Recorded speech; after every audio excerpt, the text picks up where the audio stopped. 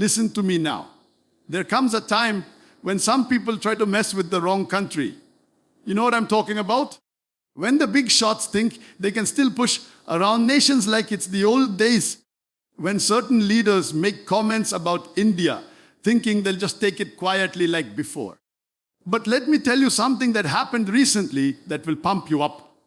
When those attacks came from the West, when Trump's people and others tried to lecture India about democracy and human rights, everybody expected the same old response.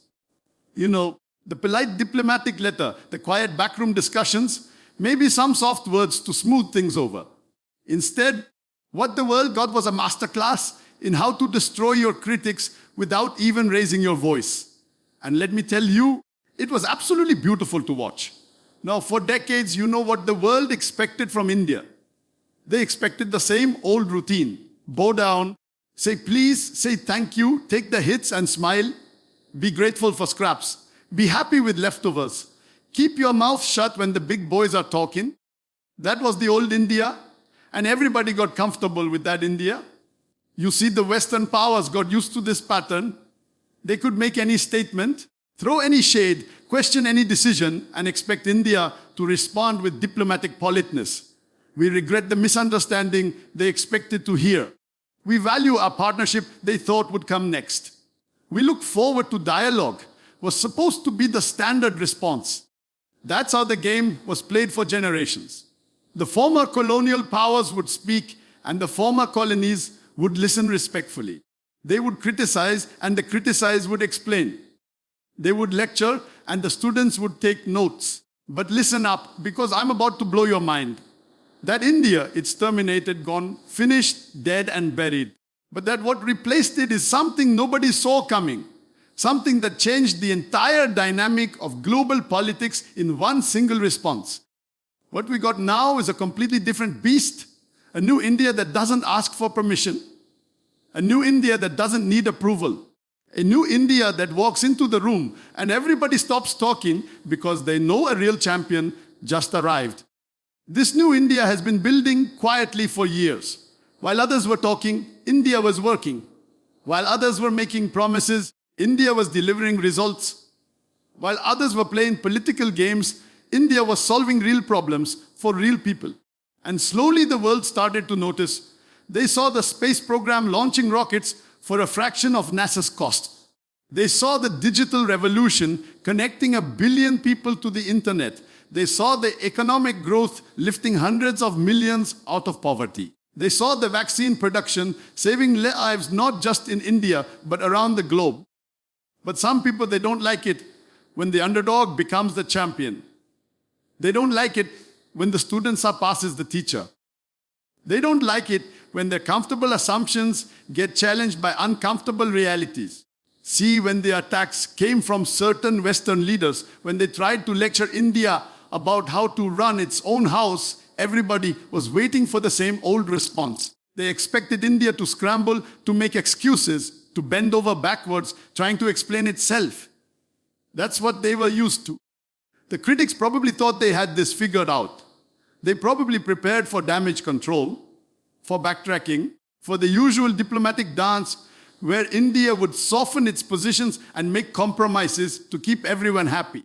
They probably expected phone calls from Indian officials asking for private meetings to clarify misunderstandings. They probably expected India to send delegations to explain its perspective quietly, diplomatically, without making waves. They were thinking this would be easy, just like the old days. Apply a little pressure, make some public statements about concerns, and watch India adjust its policies to keep the relationship smooth. But you know what they got instead? They got crushed, absolutely crushed. And not just crushed, but crushed in a way that made them look foolish for even trying. Crushed in a way that exposed their own weaknesses while highlighting India's strength. Crushed so completely that they didn't know how to respond. India's response wasn't loud. It wasn't angry. It wasn't desperate. No. It was something much more dangerous. It was controlled power. It was like watching a bodybuilder who doesn't need to flex because everybody can already see the muscles. But here's what made it even more powerful. The response came from JAISHANKAR, India's external affairs minister. And this guy, let me tell you, he's like the diplomatic version of a world champion. Smart, prepared, unshakable under pressure. When he stepped up to that podium, he didn't come with emotions. He came with facts. He didn't come with anger. He came with intelligence. He didn't come to defend. He came to educate. The message was simple, but it hit like a sledgehammer. You want to talk about democracy. Let's talk about democracy. You want to discuss human rights. Perfect. Let's discuss human rights. But don't think for 1 second that you can lecture AOS while your own house is burning down. But it wasn't just what he said. It was how he said it. Calm, measured, professional, like a surgeon performing an operation. Every word was precise. Every pause was calculated. Every sentence was designed to maximum impact. Now, that right there, that's what I call strength. Real strength. Not the fake kind where you scream and shout and make a lot of noise. Real strength is when you stay calm while everybody else is losing their minds. You see, in bodybuilding, we have a saying, the iron never lies. And in diplomacy, the facts never lie either. When you've built something real, when you've achieved something substantial, when you've got the results to back up your words, you don't need to get emotional. You just present the evidence and let it speak for itself. That's exactly what happened here. India didn't need to prove anything because the proof was already there for everyone to see. While other countries were busy with wars and conflicts, India was busy building infrastructure. While others were dividing their people, India was uniting 1 billion diverse citizens under one flag. While others were talking about innovation, India was actually innovating. And let me tell you something that really pumped me up about this whole thing. India didn't just defend itself. No way. That would be too easy. Instead, it went on the offensive.